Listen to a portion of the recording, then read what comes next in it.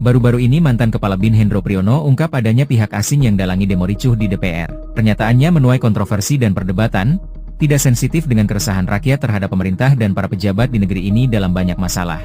Namun jujur, pernyataan beliau tidak sepenuhnya salah, hanya saja, penggiringan opini soal intervensi asing ini perlu dipahami secara luas, supaya tidak mengabaikan aspirasi masyarakat.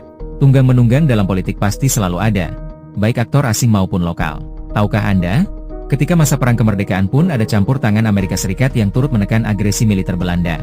Historiografi ini jarang dibicarakan. Ini hanya satu contoh.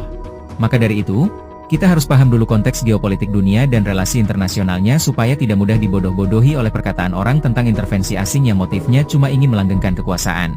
Indonesia, sebagai salah satu negara periferi di dunia ketiga, secara garis besar ekonomi, politik luar negeri, dan stabilitas keamanannya tidak bisa lepas dari ketergantungan global, yang direpresentasikan oleh Amerika Serikat dan sekutu Eropanya, untuk ikut dan patuh dalam sistem unipolar yang dipertahankan oleh mereka yang memainkan peran sebagai polisi dunia. Kita bukanlah laksana singa yang berani menantang Barat seperti Iran, Korea Utara, Rusia, Suriah era Assad, Libya era Gaddafi. Dalam intervensinya, pihak asing selalu gembar-gembor soal demokrasi sebagai dagangannya. Mereka akan selalu memaksimalkan peluangnya dari segi apapun, sebisa mungkin, terutama ketika di negara ini timbul gejolak. Jadi, siapa yang disalahkan untuk konteks Indonesia? Bukan semata-mata intervensi asing, justru elit politik yang koruptiflah yang membuat negeri ini rentan dimasuki pengaruh luar.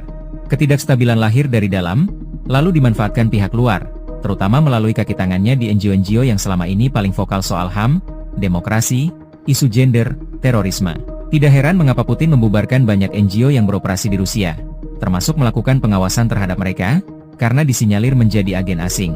Pada akhirnya, rakyat yang jadi korban atas berbagai kepentingan yang bermain di atas, karena apapun kepentingannya, mereka hanya akan berupaya memastikan agar suara rakyat tidak mendapat tempatnya yang berdaulat.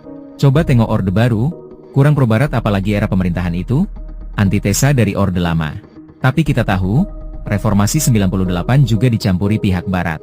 Bukan karena Soeharto kontra Barat, tapi karena Barat melihat bahwa kendaraannya sudah tak lagi visible untuk masa depannya di Indonesia, dan harus segera menertibkannya kembali untuk mengamankan kepentingannya dengan melanjutkan wacana demokrasi yang relevan. Soeharto adalah salah satu contoh nyata bagaimana pemerintahan yang sudah begitu bobrok akibat KKN yang akut menjadi kesempatan leluasa bagi intervensi asing agar dilakukannya penyelesaian masalah. Jadi, rakyat harus cerdas juga untuk menjaga perannya jika menghendaki perubahan yang genuin untuk menghadapi musuh, baik dari luar maupun dalam.